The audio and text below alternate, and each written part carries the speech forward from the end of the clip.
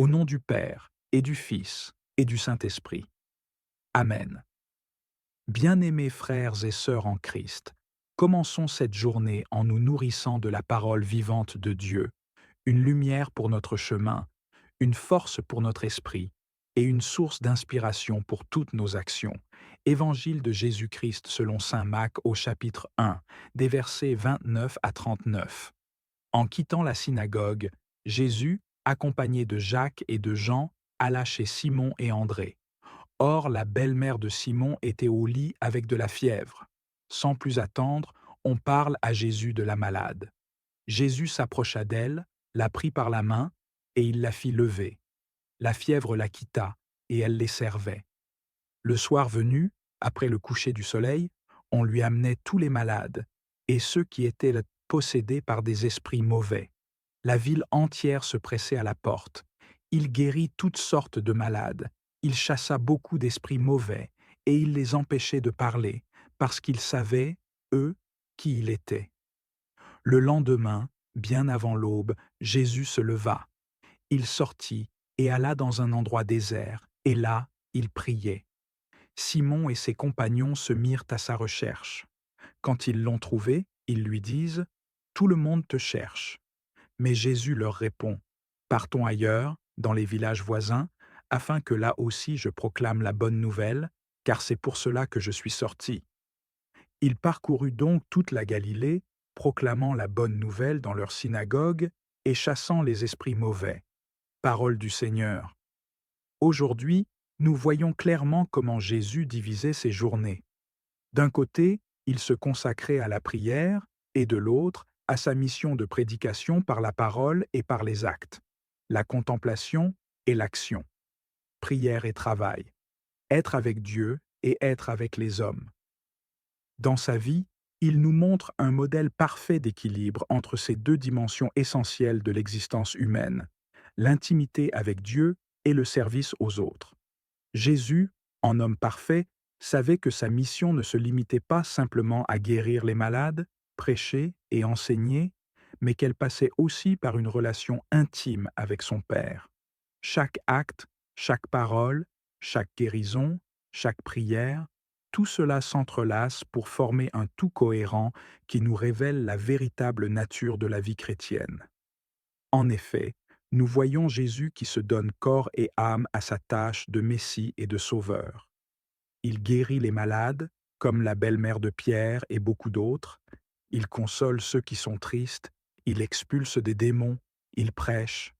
Tout le monde lui amène ses malades et ses possédés. Ils veulent tous l'écouter. Tout le monde te cherche. Mac 1, 37, lui disent les disciples. Il avait certainement une activité souvent très fatigante, qui ne devait presque pas le laisser souffler. La foule venait sans cesse, et chaque jour, Jésus devait répondre à des besoins multiples. Mais il savait que sa mission ne se réduisait pas à satisfaire la multitude, mais à accomplir la volonté de son Père céleste. Sa passion pour l'humanité, son désir de sauver chacun d'entre nous, était ce qui le poussait à aller toujours plus loin dans son engagement. Cependant, il ne se contentait pas de travailler sans cesse. Il savait aussi qu'il devait se ressourcer pour continuer sa mission. Mais Jésus s'accordait aussi un temps de solitude pour se consacrer à la prière. Le lendemain, bien avant l'aube, Jésus se leva. Il sortit et alla dans un endroit désert, et là, il priait. Marc 1er, 35. Ce verset nous révèle un aspect fondamental de la vie de Jésus. Il savait que sans une relation constante avec son Père, sa mission sur terre serait vaine. Il se retirait souvent dans des lieux désertés, loin du tumulte de la foule, pour prier, pour se connecter profondément avec Dieu. Ce moment de prière ne lui était pas seulement nécessaire, mais essentiel à la réalisation de sa mission. C'est dans ce dialogue avec son Père qu'il trouvait la force de continuer, la sagesse de guider les foules et la paix intérieure pour affronter les difficultés. Nous voyons ici l'importance de la prière dans la vie chrétienne, non seulement comme une obligation religieuse, mais comme une source de renouveau et de direction. Ce n'est pas un luxe ni un supplément, mais le cœur même de notre vie de foi. Jésus, même en étant le Fils de Dieu, trouvait nécessaire de passer du temps en prière. combien plus devons-nous nous aussi trouver ce temps sacré dans la journée pour nous recentrer sur notre Créateur et recevoir ses instructions. Dans d'autres passages de l'Évangile, nous voyons Jésus se consacrer à la prière à d'autres heures, y compris très tard dans la nuit. Il savait partager son temps avec sagesse, afin que sa journée ait un équilibre raisonnable entre le travail et la prière. Il ne laissait pas l'agitation du quotidien l'éloigner de son Père. Ce n'était pas simplement un moment pour lui de se vider, mais une véritable rencontre intime, un renouvellement de sa mission. Seigneur, tu es le Dieu qui renouvelle toutes choses. Ce matin, nous t'élevons une louange sincère pour la vie, pour le souffle que tu as encore insufflé en nous, et pour l'opportunité de recommencer. Chaque jour est un cadeau, et nous reconnaissons que c'est par ta miséricorde que nous sommes encore ici. Merci, Seigneur, pour le repos de la nuit passée qui a renouvelé nos forces, le lever du jour, symbole de ton amour constant et de ton engagement envers ton peuple, la santé et l'énergie que nous avons, même si elle est parfois limitée. Nous célébrons ta fidélité qui est grande et infaillible. Ton amour pour nous ne faiblit jamais et nous te remercions de marcher toujours à nos côtés. Que ce jour soit une nouvelle occasion pour nous de t'honorer par nos pensées, nos paroles et nos actions.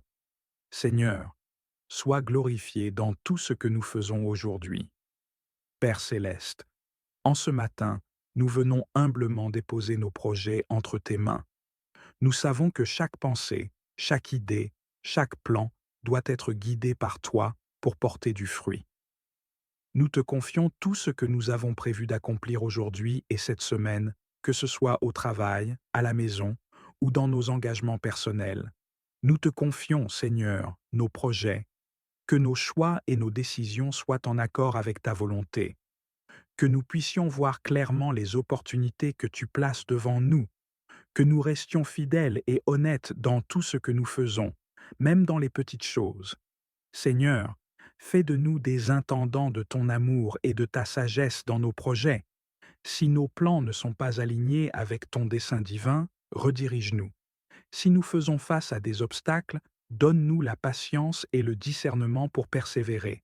Seigneur, bénis nos efforts et fais prospérer nos projets pour que nous puissions être un témoignage vivant de ton amour et de ton pouvoir.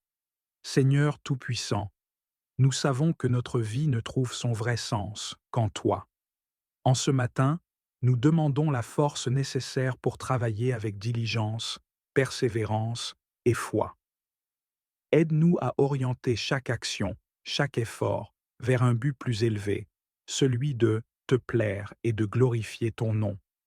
Donne-nous la force, Seigneur, la force physique pour accomplir nos tâches, même lorsqu'elles semblent épuisantes, la force mentale pour rester concentré et prendre des décisions sages, la force spirituelle pour te rester fidèle, même lorsque nous faisons face à des tentations ou des défis.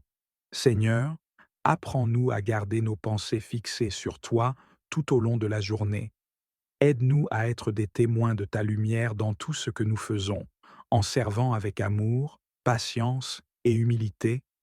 Seigneur, fais de nous des instruments de ta paix et de ton amour dans notre travail et nos relations. Seigneur notre pourvoyeur, en ce matin, nous t'apportons nos préoccupations concernant nos responsabilités familiales. Tu connais le poids que nous portons parfois, les inquiétudes liées à notre capacité à subvenir aux besoins de ceux que nous aimons. Mais nous savons aussi que tu es un Dieu fidèle, celui qui pourvoit toujours pour ses enfants. Seigneur, nous te demandons la grâce de subvenir aux besoins matériels de notre famille, nourriture, logement, éducation et tout ce qui est essentiel, la sagesse pour gérer avec soin les ressources que tu mets entre nos mains, la paix dans nos cœurs, même lorsque les circonstances semblent difficiles, car nous savons que tu ne nous abandonneras jamais. Seigneur, bénis le travail de nos mains et multiplie nos efforts.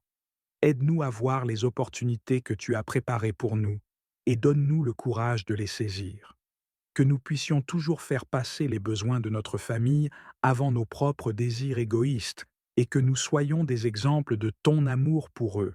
Seigneur, merci de prendre soin de nous et de notre famille avec une fidélité infaillible. Seigneur, nous savons que la vie n'est pas toujours facile et que chaque jour peut apporter son lot de défis, mais nous croyons en tes promesses et nous savons que tu ne permets jamais que nous soyons éprouvés au-delà de nos forces. Dans les moments difficiles, Seigneur, rappelle-nous que tu es avec nous, que nous ne sommes jamais seuls. Renforce notre foi pour que nous ne doutions jamais de ton amour et de ton plan parfait. Donne-nous la patience d'attendre ton secours, même lorsque nous sommes tentés d'abandonner. Seigneur, apprends-nous à voir les défis comme des opportunités de grandir en foi et en caractère. Que nous ne perdions jamais de vue l'objectif ultime, vivre pour te plaire et accomplir ta volonté. Seigneur, aide-nous à rester fermes, même face aux tempêtes de la vie. Seigneur, nous voulons te remercier pour tout ce que tu as déjà fait dans nos vies. Au nom du Père, du Fils et du Saint-Esprit. Amen.